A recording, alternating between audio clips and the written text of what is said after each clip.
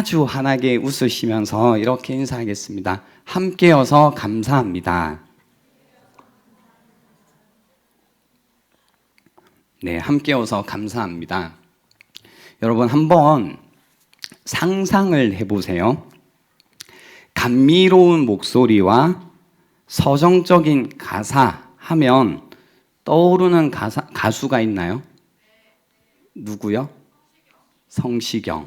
예, 세대를 알겠죠, 또요? 예, 폴킴도 있고, 박효신도 있고, 아니래요. 폴킴 하니까 아니래요. 박효신이랍니다. 예, 저에게는 죄송합니다. 감미로운 목소리와 서정적인 가사 하면 김동률이 떠오릅니다. 예, 그죠? 기억의 습잔, 다시 사랑한다 말할까. 그죠? 명곡이죠. 그리고 이해할 수 없지만 추수감사주일이 다가오면 듣는 김동률의 노래가 있습니다.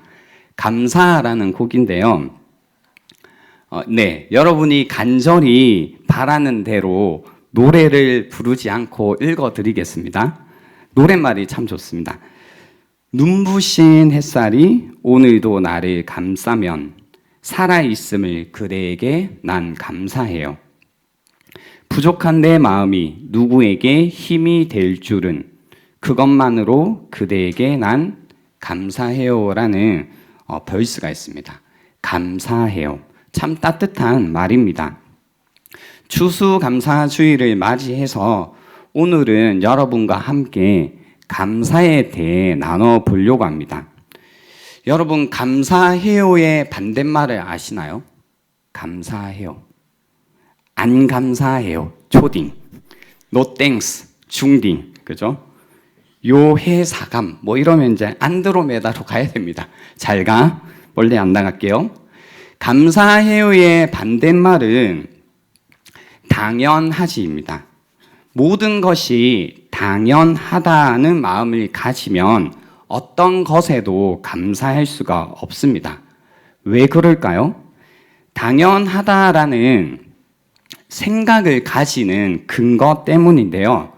이미 이제 예상이 되시겠지만 오늘은 추수감사주일이고 뻔히 감사에 관해서 설교를 하시겠구나라고 긴장을 놓칠 수 있겠지만 그래서 오늘 그 어느 때보다 치밀한 논리가 있는 설교를 준비했습니다. 그래서 처음부터 놓치시면 못 쫓아오시거든요. 그래서 집중해서 한번 들어보십시오.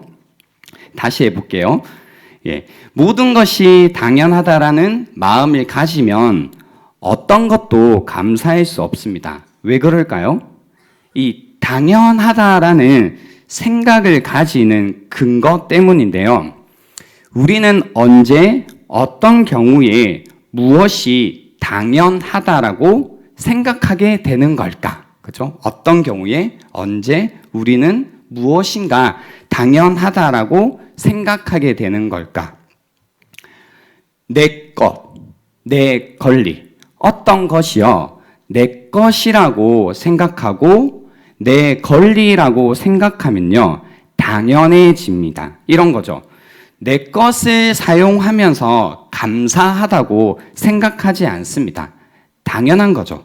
내가 돈을 주고 물건을 사면 그 물건을 내가 받는 것이 당연합니다. 돈으로 권리를 샀기 때문입니다.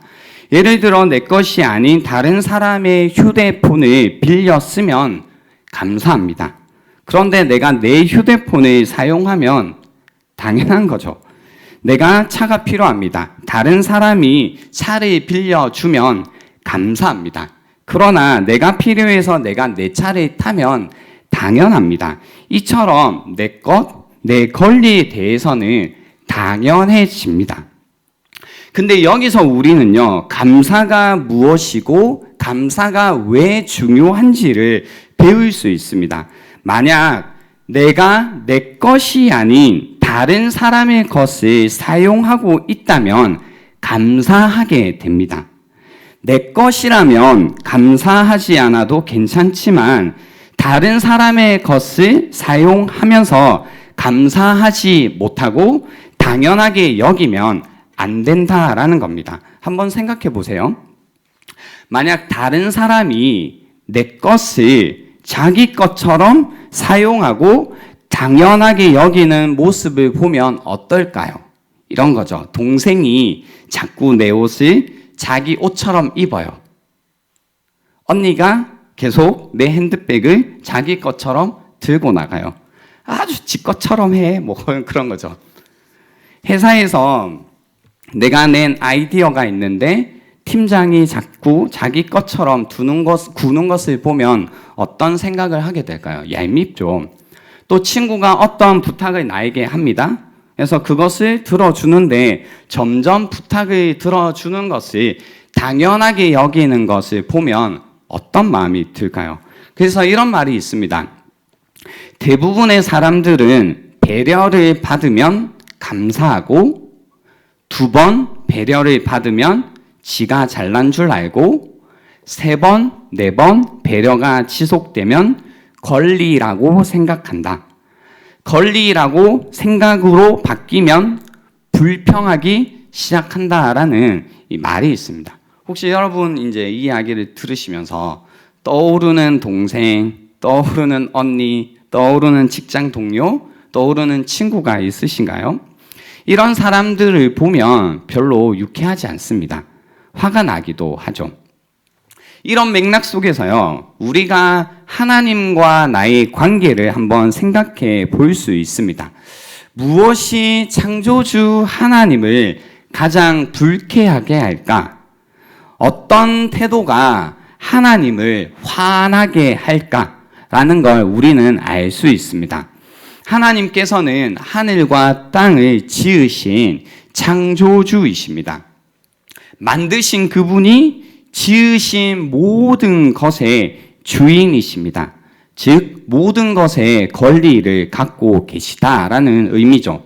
카피라이트, 저작권이라는 것이 있습니다. 이걸 이제 우리가 비유로 생각해 보면 쉽게 이해가 됩니다. 저작자가 그 자신이 창작한 저작물에 대해서 갖는 권리를 저작권이라고 합니다.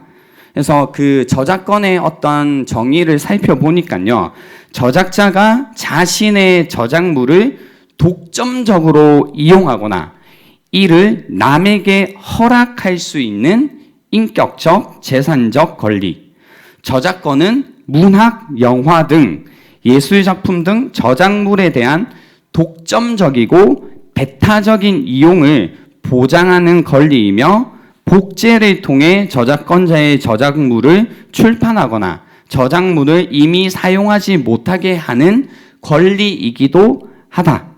저작권은 저작을 한 때부터 자동적으로 발생하며 등록과 같은 어떤 다른 절차의 이행을 필요로 하지 않는다라는 글을 제가 봤습니다. 그러니까 이 저작권을 가지고요, 우리가 하나님이 어떤 분이신지 생각해 보면 이런 겁니다. 인생을 창작하신 하나님께 인생에 대한 권리를 가지고 계십니다. 그분이 우리 인생에 관한 권리를 갖고 계십니다. 우리의 인생에 대해 독점적이고 배타적인 이용을 하실 수 있는 권리가 있다라는 겁니다. 그래서 우리가 창조주 하나님을 알면 내 인생이 나의 것이 아니라 주님의 것이라는 고백을 하게 된다라는 겁니다. 이런 이유에서요, 하나님께 감사하지 않는 마음은 죄가 됩니다. 로마서 1장 21절 상반절에 보면 이런 말씀이 있습니다. 하나님을 알되 하나님을 영화롭게도 아니하며 감사하지도 아니하고. 그러니까 이 말씀이 이제 이해가 되는 거죠. 하나님을 알되 하나님을 영화롭게도 아니하고 감사하지도 않는다. 그러니까 이런 마음입니다. 하나님이 우리에게 인생을 주셨지만, 우리에게 삶을 주셨지만, 우리에게 모든 것을 주셨지만 하나님께 감사하지 않고 그분을 인정하지 않는 마음, 이 마음이 모든 죄의 뿌리가 되고 이 마음에서 죄의 형태인 우상 숭배가 나온다라는 겁니다. 그래서 로마서 1장 21절 말씀에 이어서요, 22절, 23절을 보시면 이렇게 말씀이 이어집니다. 스스로 지혜 있다 하나 어리석게 되어 썩어지지 아니하는 하나님의 영광을 썩어질 사람과 새와 짐승과 기어다니는 동물 모양의 우상으로 바꾸었느니라 라고 해서요, 하나님께 영광을 돌리지 않고 하나님을 인정하지 않고 하나님께 감사하지 않는 이 마음이 우리가 잘 알고 있는 우상 숭배라는 큰 죄의 뿌리가 된다라는 겁니다. 즉 불법 복제를 한다라는 겁니다. 하나님을 인정하지 않자, 하나님께 감사하지 않자 불법 복제를 하면서 산다라는 겁니다. 우상 숭배가 일어난다라는 겁니다. 우상 숭배. 하나님께서 나의 창조주이시고 나의 구원자이시지만 내가 내 인생의 권리가 나에게 있는 것처럼 여기고 내가 가지고 있는 모든 것이 하나님께 빚을 지고 있지만 그것을 인정하기를 거절하는 행위, 그것이 바로 감사하지 않는 마음이라는 겁니다. 그래서 하나님께 의존하지 않고 살아가는 것을 의미합니다. 그러나 창조주 하나님을 알면요, 내가 내 인생이 나의 것이 아니라 주님의 것이라는 고백이 일어나게 됩니다. 그래서 로마서 14장 7절 8절에 이런 말씀이 있는 겁니다. 우리 중에 누구든지 자기를 위하여 사는 자가 없고 자기를 위하여 죽는 자도 없도다. 우리가 살아도 주를 위하여 살고 죽어도 주를 위하여 죽나니 그러므로 사나 죽으나 우리가 주의 것이로다 라고 하는 겁니다. 그러니까 우리가 하나님을 알았다라는 것의 뜻은 우리의 인생의 권리가 하나님께 있음을, 내 인생이 하나님께 빚을 지고 있는 것임을 안다라는 겁니다. 그래서요, 오늘 본문 말씀을 보시면 18절에 술 취하지 말라 이는 방탕한 것이니 오직 성령으로 충만함을 받으라 라고 이야기하십니다. 지난주에 제가 술 취하지 말라 이야기했으니까요, 넘어가고요. 가볍다는 얘기는 아닙니다. 오직 성령으로 충만함을 받으라 라는 이야기와 함께 19절 말씀 그리고 20절 말씀이 함께 왔다라는 겁니다. 그러니까 우리가요, 성령으로 충만하게 되면 어떤 일이 일어나게 되냐면요, 19절 시와 찬미와 신령한 노래들로 서로 화답하며 너희의 마음으로 주께 노래하며 찬송한다 라고 합니다. 그러니까 우리가 성령으로 충만하기 시작하면 우리가 마음으로 주님께 노래하고 찬양하기 시작한다는 겁니다. 20절에 보시면 범사의 우리 주 예수 그리스도의 이름으로 항상 아버지 하나님께 감사한다라는 거죠. 우리가 성령으로 충만해지면요, 범사의 모든 일에 우리 주 예수 그리스도의 이름으로 항상 언제나 아버지 하나님께 감사하게 된다라는 겁니다. 성령으로 충만하다라는 거는요, 우리의 생각이 성령의 생각으로 우리의 마음이 성령의 일로 지배당하는 것을 의미합니다. 그래서 성령께서 하시는 일이라는 것이 무엇이냐면요, 요한복음 16장 13절 14절에 보시면 이렇게 말씀하십니다. 그러나 진리의 성령이 오시면 그가 너희를 모든 진리 가운데로 인도하시리니 그가 스스로 말하지 않고 오직 들은 것을 말하며 장래 일을 너희에게 알리시리라. 14절 그가 내 영광을 나타내리니 내 것을 가지고 너희에게 알리시겠음이라 라고 하신 겁니다. 그러니까 성령께서요, 진리의 성령께서 오셔서 하시는 일이라는 것이 뭐냐면 그가 내 영광을 나타내리니, 성령께서 그리스도의 영광을 나타내신다라는 겁니다. 그래서 우리가요, 성령으로 충만해지면, 성령의 생각으로 지배당하기 시작하면 어떤 일이 일어나냐면 예수 그리스도께서 우리를 위해서 하신 일에 관해 우리가 생각하게 되고, 그분이 우리를 위해서 하신 일로 인해 우리가 매료당하기 시작한다는 겁니다. 그분의 은혜, 그분의 자비, 그분의 사랑으로 우리의 마음이 사로잡히기 시작하고요. 그 가운데 하나님과 우리의 관계가 회복되기 시작하고 그 가운데 우리의 인생이 나의 것이 아니라 죄로 해방되었으니까요. 나의 것이 아니라 하나님의 것임을 알기 시작한다는 겁니다.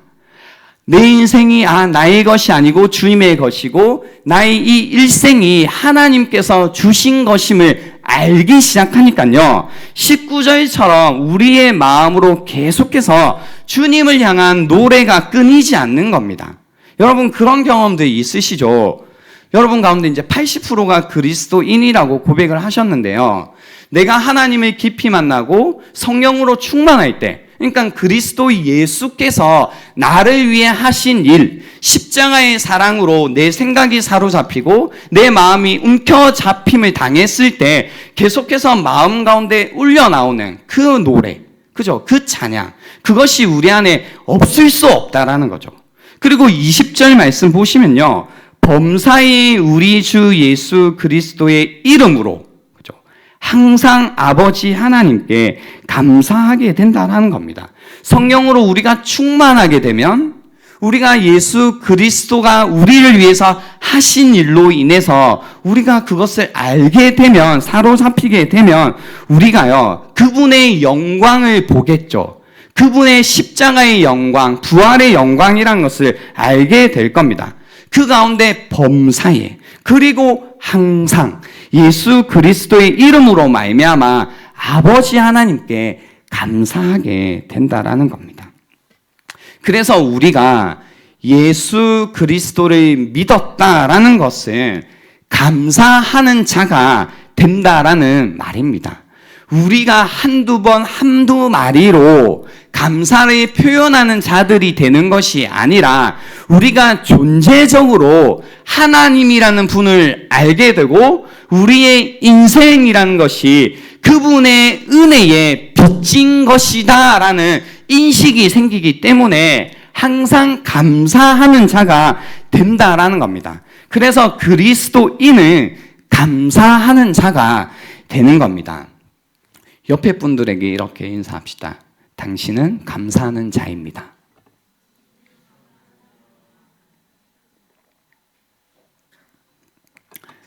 그래서 이제 우리가 한 해를 돌이켜 볼 때요. 나는 왜 이렇게 감사를 못할까? 나는 왜 이렇게 감사할 게 없을까? 나는 왜 뭔가 감사하지 못하고 사나? 나는 왜 감사보다 불평과 불만이 더 많은가? 라고 할 때, 이제 여러분 추수감사주일이 되었으니까 감사를 한번 해봅시다. 아니면 잊었던 감사를 해봅시다. 라는 건 이제 뭐 10년 넘게, 20년 넘게 들었잖아요. 그죠? 그런데 또 추수감사주일이 지나버리고 조금만 시간이 지나면 또 우리의 마음을 채우는 건 감사가 아니라 불평, 불만, 분노라는 거죠. 그렇다면 이제 우리 인생을 좀 더 깊이 우리는 살펴볼 필요가 있다는 겁니다. 나는 왜 감사하지 못할까? 혹시 내가 내 인생을 내 것이라고 여기며 살아가기 때문에, 내가 내 인생의 권리를 주장하며 살아가기 때문에 내 안에 감사가 없어진 것이 아닐까라는 질문을 스스로에게 던져보셔야 된다는 겁니다. 내가 내 인생의 주인이고 내 인생이 내 것이고 내 인생의 권리가 나에게 있다라고 생각하고 살아가면요. 어떤 인생을 살 수밖에 없냐면 나를 위해 하신 하나님의 일, 십자가를 의지하며 살아가기보다는, 그분이 나를 위해서 하신 일을 의지하기보다는 내가 하는 일을 의지하며 살아갈 수밖에 없다는 겁니다. 왜냐하면 내 인생은 나의 것이기 때문에 내 것을 누가 책임져요? 내가 책임져야 되는 겁니다. 그러니까 내 인생을 내가 책임지는 인생으로 살아가다 보니까 계속해서 무언가 어딘가 누구에게 감사하기보다는 계속해서 불평과 불만이 더 많아지고 늘 분노에 휩싸이면서 살아가는 겁니다. 왜 내 인생이 이래? 왜 내 인생은 제대로 되지 않아? 왜 나는 이런 모양이야? 라고 하면서 나의 권리를 계속 주장하게 되고 그 가운데 계속해서 당연해야 되는 행복이 없음에 당연히 누려야 되는 어떤 것이 나에게 없음으로 인해서 우리는 계속해서 불평하게 되고 그 가운데 애쓰며 노력하며 지치며 살아가지만 내 인생을 책임지기 위해 결국 돌아오는 것은 또 불평과 불만밖에 없다라는 겁니다. 혹시 여러분 가운데 또 1년을 지내시면서 1년을 돌아보시면서 감사할 제목보다 불평과 불만의 제목이 더 많았다면 우리가 사실 오늘 이 시간을 통해서 회개해야 되는 마음이 있다면 그것은 무엇이냐면 내가 내 인생의 주인인 것처럼 내가 내 인생을 책임지며 살아야 되는 자인 것처럼 그래서 나를 위해서 행해 주신 그 십자가를 의지하기보다 나를 의지했던 그 마음을 우리가 오늘 이 시간을 통해서 다시 한번 회개하는 시간이 될 수 있으면 좋겠다라는 겁니다. 그 회개함 가운데 다시 한번 믿었으면 하는 마음은 무엇이냐면요. 나의 인생이 나의 것이 아니라 주님의 것이기에 나의 인생이 주님께 속했음을 다시 한번 믿는 이 시간이 되면 좋겠고요. 내 인생이 주님의 것이기 때문에 그분께서 나의 인생을 책임지실 것이다 라는 이 믿음으로 다시 한번 살아갈 수 있는 시간이 되면 좋겠다라는 겁니다. 이 시간 여러분을 위해서 시간을 이제 드리고 싶은데요. 한번 올 한 해를 돌아보세요. 그리고 이제 나는 어떤 마음이 많았지? 불평하는 마음이 많았나? 불만이 많았나? 어떤 마음이 많았지? 인생이 선물이라는 말이 있는데 받았다라는 거죠. 근데 나는 나의 인생을 선물처럼 여기며 살았는가? 아니면 나의 인생은 내 거지. 이거 당연한 거지. 라는 마음 때문에 선물로 여기기보다는 불평과 불만으로 살아오셨다면 다시 한번 하나님 앞에서 여러분이 회개하는 마음으로 다시 한번 하나님 앞에서 그분을 믿는 마음으로 지낼 수 있으면 좋겠다라는 겁니다. 이 시간을 드리겠습니다. 오늘 들었던 말씀을 한번 묵상해 보시고 여러분이 어느 상태인지 어떤 마음으로 지내고 계신지를 생각해 보는 이 시간이 될 수 있으면 좋겠습니다. 시간 드리겠습니다.